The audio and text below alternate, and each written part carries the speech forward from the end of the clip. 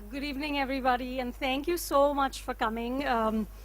There's so many of you, and this is so staggeringly beautiful. I hadn't thought of this at all when the Anil and Literature Live invited me, so thank you. Really, this is amazing. Taj Lands End, thank you.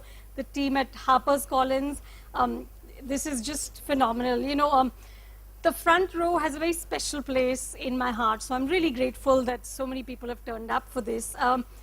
We shot the show for 2 years. It ran from 2012 to 2014, and me and my very amazing all-woman team, there's Smriti Kiran in the front row, and there was Sonal, and there was Kalpana and Ishani, who's running around desperately trying to figure out where Kangna Ranaut is at this moment.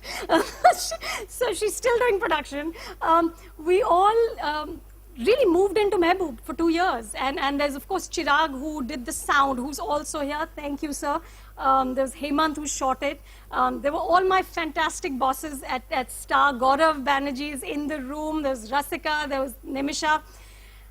Our hope and our idea was to really create journalism.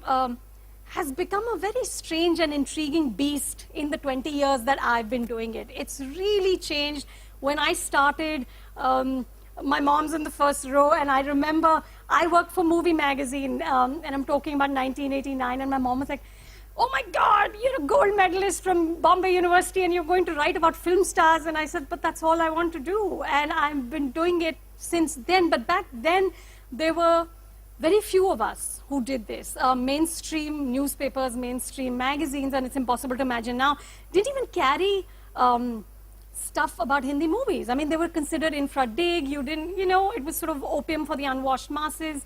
And there were very few of us doing studio rounds. There were no minders, there were no managers. We would go into Film City and just go from set to set. I mean, it's unthinkable now, the layers we have to go through to access any celebrity.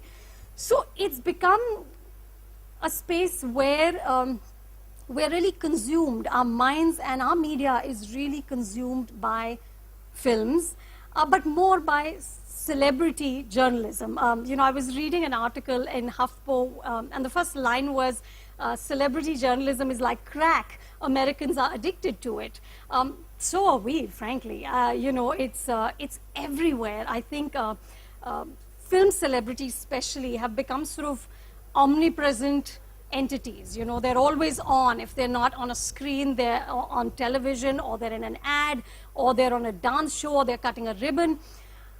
And it's interesting for us to think about what are the rules now, you know, when so much of what you do depends on access to the same 10.5 people. I mean, there's lots of my journalist friends here, and we all know the 10.5 people we're all chasing every single day. So what are the ethical implications of that? What are the rules of that? How do you create engaging conversations when, in a sense, celebrities have become what an American film critic, Richard Schickel, called intimate strangers? We just know too much about them. You know, we know that Aditya Roy Kapoor fired his driver because he was rude to his parents. I mean, why do I need to know this? You know, it's become slightly surreal almost. So in that environment, what is the role of a responsible journalist? What is a responsible film journalist? What is the role? And how do we create conversations that have depth, that have shelf life, and that add something to your lives as viewers of film, as consumers of films, and as you know, people who are interested in these people. So should I invite people up, or you'll do it? So I'm going to invite my partner in crime, Rajeev Masand,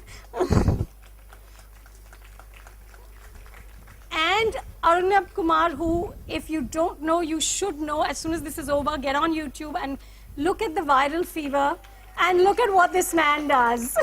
And at some point, Kangna will join us. Ishani, do we have an ETA? 5 minutes, folks.